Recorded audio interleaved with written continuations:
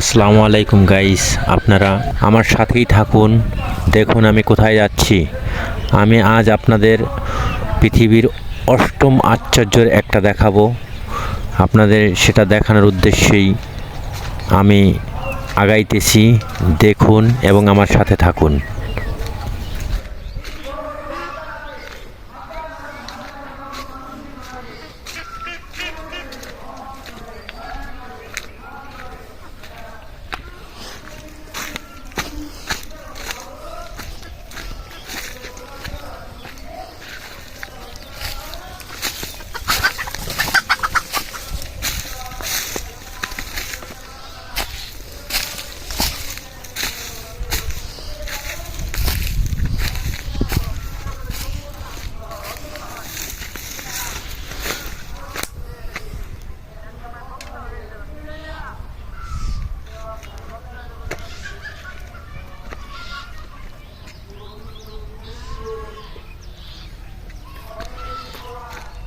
চান্দা ভাই রসুন আনছো কত করে আজকা?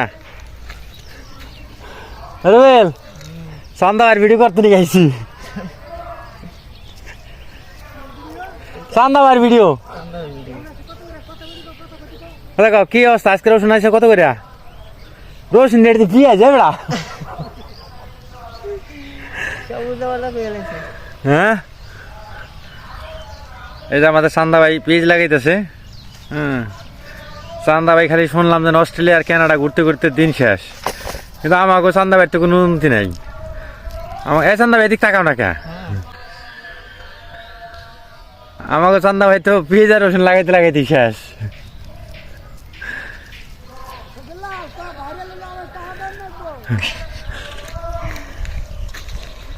এই যে এইভাবে সুতা দিয়ে লাইনগুলো সোজা করা হয় যাতে পরবর্তীতে লাইনগুলো সোজা থাকে।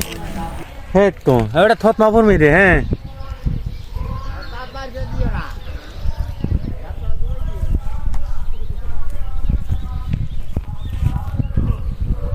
যাই হোক গাইস, এই হলো আমাদের বাড়ির সামনে একটি চক আছে, অর্থাৎ মাঠের জমি যেখানে ফসল চাষাবাদ করা হয়। আমরা আমাদের গ্রাম্য ভাষায় চক বলে থাকি। আমাদের বাড়ির সামনে দেখেন কত সুন্দর একটা ভিউ। চকটা এখনও ভিজা আছে, এখনও পুরোপুরি শুকায়নি, যার কারণে কৃষকেরা এখনও পেঁয়াজ রসুন বা অন্যান্য ফসলাদি লাগানো শুরু করতে পারেনি।